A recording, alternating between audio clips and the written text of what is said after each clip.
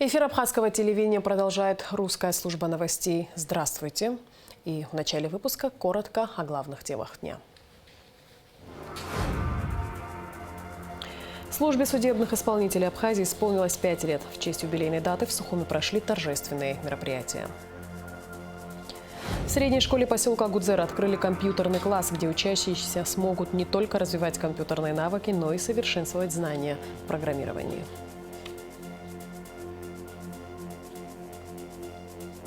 В Росдраме состоялась пресс-конференция, посвященная гастролям Российского государственного академического театра драмы имени Федора Волкова.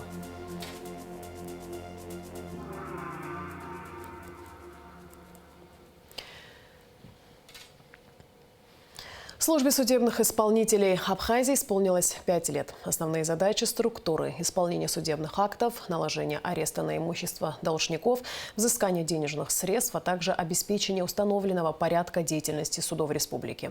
В мероприятии, посвященном юбилейной дате, приняли участие спикер парламента Лаша Ашуба, вице-премьер Владимир Делба, министр юстиции Анри Барцец, руководители силовых структур республики. Уважаемые телезрители, материал готовится к эфиру. Как только он будет готов, мы предложим его вашему вниманию. Продолжаем выпуск. 4 мая состоялся телефонный разговор спикера Народного собрания Абхазии Лаши Ашуба с председателем Национального собрания Республики Арцах Артуром Тавмасяном. Артур Тавмасян поздравил Лашу Ашуба с избранием на ответственный пост спикера парламента и пожелал ему успехов. Стороны обсудили вопросы двустороннего сотрудничества, обменялись мнениями по дальнейшему развитию межпарламентского диалога. Лаша Ашуба и Артур Тавмасян условились в продолжении контактов и пригласили друг друга посетить с визитами Сухум и Степанакерт. За 4 месяца 2022 года в бюджет республики поступило налоговых платежей на сумму 1 миллиард 7 миллионов рублей при плане 713,3 миллиона. Выполнение составило 141%, сообщает Министерство по налогам и сборам. Суммарная разница плана по сравнению с фактическими поступлениями налоговых платежей составила почти 294 миллиона рублей. Поступление налоговых платежей по районам за 4 месяца текущего года вы видите на экранах. За апрель текущего года поступление в бюджет налоговых платежей составило более 327 миллионов рублей при плане 192,3 миллиона. План выполнен на 170%. В средней школе поселка Агудзера Улрыпского района открыли компьютерный класс, где учащиеся смогут не только развивать компьютерные навыки, но и совершенствовать знания в программировании. Ремонт и техническое оснащение кабинета осуществлены при поддержке детского фонда ООН ЮНИСЕФ и правительства Эстонии. В церемонии открытия приняли участие министр просвещения и языковой политики Инал Габле и представители Сухумского офиса ЮНИСЕФ. Репортаж Лауры Капш. Перед открытием компьютерного класса в холле школы собрались ученики. Все они с нетерпением ожидали момента, когда переступят порог кабинета, ведь перед ними открываются новые возможности. На протяжении очень долгого времени вовлечен в поддержку развития системы образования в Абхазии. Современный мир не стоит на месте, система образования тоже очень быстро меняется, и необходимо предоставлять детям возможности доступа к современным технологиям, чтобы они развивали эти навыки, так как мир меняется, и чтобы они могли этим полноценно пользоваться. Это лаборатория компьютерная, в которую мы сейчас пройдем все вместе. Мы очень надеемся, что она станет еще одним шагом на пути того, чтобы все дети Абхазии имели доступ к современным технологиям, у них была возможность использовать все эти технические специализации. И очень надеемся, что это будет в дальнейшем и в других местах присутствовать тоже. Торжественное открытие началось с чтения стихов и исполнения песен, которые школьники подготовили гостям. Затем была разрезана красная лента. Гости вошли внутрь и осмотрели новый компьютерный класс. А дети сразу же сели за свои рабочие места и с интересом изучали новое оборудование. Я очень люблю вообще занятия, любые связанные с компьютером. Я очень люблю монтажировать. У меня вот мама сама работала с монтажом, и вот мне, наверное, от нее передался этот интерес. И правда, это очень крутая возможность обучаться в таком современном классе. Это правда очень круто, и огромное спасибо ЮНИСЕФ за такую возможность. В рамках проекта был сделан капитальный ремонт класса, а также предоставлены стационарные компьютеры и необходимая техника для ведения информатики и использования современных технологий в образовательном процессе. Учебное пространство также было спроектировано и организовано с учетом современных стандартов и подходов к образовательному процессу. Мы на протяжении долгого времени с этой школой сотрудничаем и работаем. Большая школа, в частности, мы в прошлом году и позапрошлом году улучшали санитарные условия в школьных туалетах, доступ к питьевой воде. И мы тоже приняли решение, что так как активная такая школа, большая, и есть определенный потенциал и интерес, мы создали этот непосредственно класс. Здесь полностью он оборудован на 16 человек, то есть одновременно 16 учеников могут заниматься. Это полностью соответствует со школьной программой, но мы очень надеемся, что и за пределами школьной программы тоже будет это использоваться, потому что современный мир не стоит на месте, очень много работы сегодня производится в сфере IT, и мы очень надеемся, что и учителя тоже смогут использовать этот кабинет для того, чтобы улучшать свои IT-навыки и умения. В компьютерном классе занятия будут проходить 2 раза в неделю для старшеклассников. Важно отметить, что лаборатория будет использоваться не только учениками, но и педагогами для развития их компьютерных навыков, которые будут способствовать предоставлению качественного и современного образования детям. Министерство просвещения и языковой политики планирует включить в программу этой школы курсы по программированию, чтобы дети получали азы компьютерных знаний для поступления в высшие учебные заведения. Например, в Сириус мы видим, дети, когда поступают, вот в прошлом году у нас первые 7 человек поступили, и им не хватает знаний. Им приходится догонять, самостоятельно изучать все это. Поэтому вот на базе этой школы, в том числе и других классов, которые мы уже открыли, мы будем находить хороших специалистов, которые могут дать детям современные знания в области компьютерных наук. На сегодняшний день в школах республики открыто 5 атом-классов и 2 IT-класса. В ближайшее время будет открыта STEM-лаборатория в первой Сухумской школе. Лаура Капш, Алексей Гухава, Абхазское телевидение. В Русском театре драмы имени Фазиля Искандера состоялась пресс-конференция, посвященная гастролям Российского государственного академического театра драмы имени Федора Волкова. Театр уже показал на сцене Русдрама 3 спектакля: «Предстоящие события», «Калину Красную» и «Землю Эльзы». А 5 мая будет представлен фолк-рок-мюзикл «Некрасов». В пресс-конференции приняли участие гендиректор Русдрамы Ираклий Хиндба, директор театра имени Волкова Айрат Тухватуллин, худрук театра, заслуженный артист России Сергей Пускеполес и заслуженная актриса России Ирина Чельцова. Репортаж Гугуцы Вардания.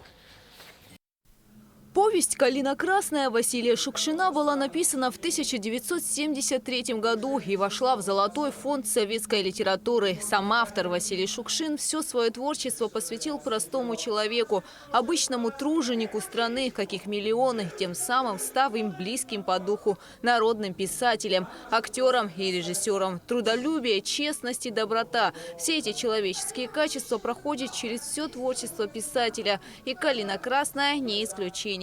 И по словам актеров Волковского театра, переиграть киноповесть, спектакль очень волнительно и экспериментально.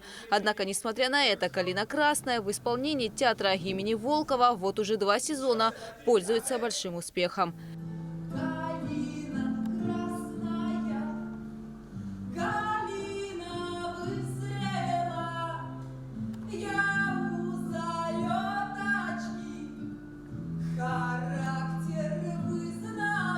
Время показало, что история, рассказанная Василием Шукшиным за прошедшие десятилетия, нисколько не устарела. Вопросы, которые мастер ставил почти полвека назад, актуальны и сегодня. Есть ли у человека шансы изменить свою жизнь? Об этом спектакль «Калина Красная».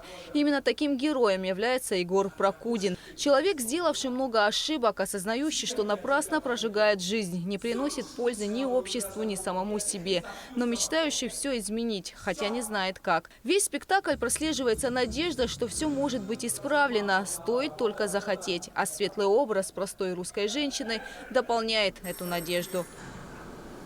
Георгий. Люба. Уверяю вас, вы увидите не порочащее, не какое-то, так сказать, не прочтение ради, так сказать, жанра иначе какого-то, а именно попытку современного человека сейчас заново взглянуть на те переживания этого героя, Егора, который пытается найти свое место в этой жизни. И они очень отражают огромное количество таких же запросов человеческих сегодняшнего мира, таких же молодых людей. Они ничем не отличаются, в этом и есть суть классики. Минимальное количество декораций на сцене создает ощущение пространства. Нет привязанности к определенному месту, но в каждой сцене их присутствие оправдано. Образ дома, образ деревни, образ тюрьмы, сочетание цветов зелено-белых и, конечно, красного, как символа горькой любви и пролитой преждевременно крови. Несмотря на драматизм, спектакль наполнен тонкой иронией и верой. Верой в светлое будущее. И вот она. Воля. Воля. Воля! А это значит, захлопнулась за Егором дверь. Один из старейших театров России привез в Абхазию 4 спектакля: «Калина красная», «Предстоящие события», «Земля Эльзы» и этнорок-спектакль «От Некрасова до Некрасова». «Предстоящие события» – это постановка по пьесе современного драматурга Игоря Глинкова. Комедия о вечной борьбе в человеке добра и зла. Пьеса была показана на сцене Русдрама 3 мая. Спектакль «Земля Эльзы» поднимает вечную тему взаимоотношений детей и родителей. Исполнительница главной роли – заслуженная артистка России Ирина Чельцова. Наш спектакль, он про любовь. Вот как это ни звучит, может быть, для кого-то банально, но он про любовь, но про жестокость детей, про резкость детей. И про это тоже. Этнорок-спектакль «От Некрасова до Некрасова», посвященный 200-летию со дня рождения поэта, построен на произведениях Николая Алексеевича Некрасова. Режиссер-постановщик, народный артист России Валерий Кириллов. Спектакль покажут на сцене Русдрама уже 5 мая. Театр имени Волкова приехал в Абхазию впервые. Визит проходит в рамках программы «Большие гастроли», которая реализуется Росконцертом по поручению Министерства культуры России при поддержке Минкульта Абхазии. Эта программа несколько лет сотрудничает с Абхазией, и мы выезжаем, русский театр Абхазии, на гастроли в Российскую Федерацию, и к нам приезжают лучшие российские коллективы. Это и МХТ имени Чехова, и Санкт-Петербургский театр «Мастерская», вот сейчас знаменитый Волковский театр. Труппа театра планировала приехать с гастролями в Абхазию в 2020 и 2021 годах. Однако пандемия изменила планы. И мы счастливы от того, что мы здесь. Вы знаете, да еще такая погода, да еще море, да еще прием, который вчера был устроен. И то, что вы сегодня пришли, и вам стало интересно с нами как-то пообщаться, это... Спасибо большое вам за это. Наш такой небольшой подарок – это, во-первых, книга Федора Григорьевича Волков, которая была издана совершенно недавно, в период пандемии. И, конечно же, так как театр давний, древний, 272 сезон мы сейчас уже практически заканчиваем. Ираклий, дорогой, хотелось бы вам вручить вот такой вечный календарь. Но это не просто вечный календарь, это как бы еще раз объяснение того, что театр вечен. Российский академический театр драмы имени Федора Волкова – один из старейших в России. Ему уже более 270 лет. Сегодня его репертуар богат и разнообразен. Гугут Савардания, Тимур Гугохия, Абхазское телевидение. Режиссера, художественного руководителя Ярославского драматического театра, заслуженного артиста России Сергея Пускепалиса принимали и в Абхазском государственном университете. Встреча была организована Союзом журналистов Абхазии совместно с международным медиаклубом «Формат А3». Подробности в репортаже Адицы Сагария. «Люди искусства в переломную эпоху» – так звучит тема круглого стола, организованного в АГУ Союзом журналистов Абхазии.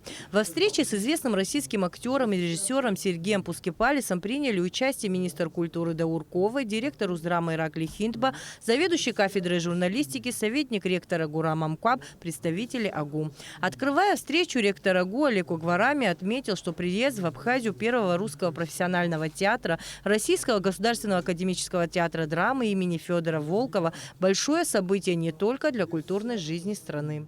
Когда мы хотим, чтобы те люди, которые в тяжелые времена рядом с нами были, чтобы они оставались и в хорошие времена. Она наступит, скоро наступит. С фашизмом, вот, несмотря на то, что столько там санкций там и прочее, все придет в соответствие с нормами совести. Приезд коллективов такого уровня – большая честь для республики. Абхазскому зрителю представлены интересные постановки с участием заслуженных артистов и известных актеров и режиссеров. От комедий и мюзиклов отметил министр культуры Даур Говы. Когда к нам приезжают такого уровня коллективы, для нас это большая честь, для нашего зрителя. Вот, потому что то, что показывают они, то, что дают они, вот, это то, что дает возможность нашему зрителю, нашему человеку развиваться. Это очень хороший спектакль. Сейчас происходит важный исторический переломный момент. В результате событий, происходящих в мире, и Россия, и Абхазия смогут утвердиться в политической, экономической, культурной и других сферах, говорит директор Уздрама Ираклий Хинтба. Надо действительно вот сейчас всем консолидироваться для того, чтобы пройти этот сложный период с достоинством, выстоять и уже вот так вот позитивно смотреть в будущее. Для меня огромное счастье вот встретиться, пообщаться с вами лично, потому что, знаете, даже этих встреч, вот таких маленьких, точных, они иногда становятся краеугольными камнями какими-то, определяющими дальнейшее свое поведение. В завершении встречи ректор АГУ Олег Угварамя подарил гостю памятную монету. Далее Сергей Пускипалис встретился со студентами АГУ. У молодых людей было немало вопросов к знаменитому артисту. В основном их интересовало, как проходит съемочный процесс, взаимоотношения на площадке актеров и режиссера, мнение Пускипалиса о главных принципах в кино и театре. Студенты долго не хотели отпускать известного гостя. Встреча прошла в дружеской творческой атмосфере. Адица Сагария, Камила Джопу, Абхазское телевидение. План мероприятий, посвященных празднованию 77-й годовщины Победы в Великой Отечественной войне, обсудили в столичной администрации. Совещание прошло под председательством мэра Сухума Беслана Эшба. Какие мероприятия пройдут в столице 9 мая, расскажут наши коллеги из пресс-службы городской администрации. В честь празднования 77-й годовщины Победы в Великой Отечественной войне в Сухуме будут проходить многочисленные мероприятия. Уделить внимание такой знаменательной дате, как 9 мая, когда советский народ одержал победу над фашизмом, и воздать заслуженные почести ветеранам, как никогда актуально в свете происходящих в мире событий, подчеркнул мэр Беслан Эшба, открывая совещание. Надеюсь, у всех предпраздничное настроение.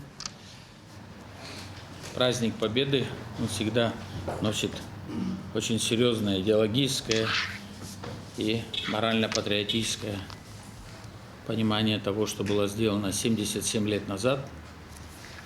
Тем более в это непростое время, когда фашизм пытается возродиться, с особым вниманием отнестись и показать всему миру, что Абхазия тоже рядом находится в этой непростой борьбе. Это, конечно, связано с событиями специальной операции, которую проводит Российская Федерация на Украине. Вот. И те ребята, которые там сражаются сегодня, тоже, чтобы поднять их моральный и боевой дух. Я думаю, что мы с вами должны организовать такой праздник, он длится у нас не один день, и приложить все усилия, чтобы люди действительно прониклись, еще раз напоминая о том, что в свое время победа была добыта огромным количеством жертв, которые, отдавая свою жизнь, понимали, почему и зачем они делают. При обсуждении утвержденного плана на совещании отметили, что много инициатив от организаций, которые также выразили желание участвовать в общем комплексе мероприятий по Сухуму. Различные управления столичной администрации, а также Россотрудничество, Дом Москвы, культурно-деловая платформа ГУМа подключились к празднованию Дня Победы в Абхазии. 9 мая основные мероприятия пройдут по традиции на набережной у памятника неизвестному солдату, защитнику Кавказа. В 9:30 начнется торжественная церемония возложения цветов. Здесь же на набережной пройдет митинг. Торжественным маршем пройдут парадные расчеты вооруженных сил, после которых ежегодное шествие бессмертного полка. Также будет организована полевая кухня. В парке напротив Абхазского драмтеатра проведут детскую развлекательную программу с участием аниматоров, выставку работ учащихся художественной школы и школы искусств, любительские турниры по шахматам, шашкам, домино и настольному теннису. Праздничный концерт, организованный Управлением культуры, состоится на площади имени Багапш в 16 часов. Праздничный концерт с участием артистов нашей эстрады, детских хореографических коллективов. Программа на 1,5 часа. Интересная программа подготовлена культурно-деловой платформой ГУМа. Это реконструкция городской атмосферы 9 мая 1945 года с прибытием поезда Победы. В завершении вечера там же в кинотеатре под открытым небом покажут известный советский фильм в 6 часов вечера после войны. 8 числа мы с утра в 11 часов открываем фотоэкспозицию, это фронтовые фотографии. Мы не делаем презентацию, не делаем открытия, просто она будет открыта весь день для посещения. Это при поддержке посольства Российской Федерации в Абхазии. И также 8 числа в 16 часов у нас на ГУМе будет проходить концерт Государственного камерного оркестра Республики Абхазия. Приглашаем всех желающих присоединиться. И основные мероприятия уже 9 числа будут проходить во второй половине дня. Спасибо, обязательно будем, и со своей стороны тоже приглашаю наших жителей, чтобы посетили ваши мероприятия. 9 мая пройдет велопробег «Спасибо за победу» по маршруту Сухум-Гулрыбш-Сухум. Сбор участников и старт от Дома Москвы. Амра Амичева, Алексея Гухава, пресс-служба администрации города Сухум. 6 мая в Абхазской государственной филармонии в рамках сотрудничества Министерства культуры Абхазии и Департамента культуры города Москвы пройдет торжественный концерт, посвященный 77-летию Победы в Великой Отечественной войне. В концерте принимают участие Государственная капелла Москвы имени Вадима Судакова, Государственный камерный оркестр Абхазии, Государственная хоровая капелла. В программе прозвучат произведения советских и абхазских композиторов, а также песни военных лет. Начало концерта в 18 часов. Несколько районов Сухума останутся без подачи питьевой воды 5 мая. Столичный водоканал сообщает, что в связи с ремонтными работами на улице Войнахская 5 мая с полуночи до 18 часов будет прекращена подача питьевой воды на улицах Войнахская, Пачулия, Пилия, Гочуа, часть улицы Семирджиева, нижняя часть улицы Трапш, нижняя часть Старого поселка. Ну а сейчас о погоде. По сообщению Гидромедцентра, в четверг 5 мая на территории Абхазии ожидается облачная погода с прояснениями, дождь, переходящий в ливневый с грозой, местами туман. Температура воздуха ночью плюс 7-12, днем плюс 8-13. Температура морской воды плюс 13.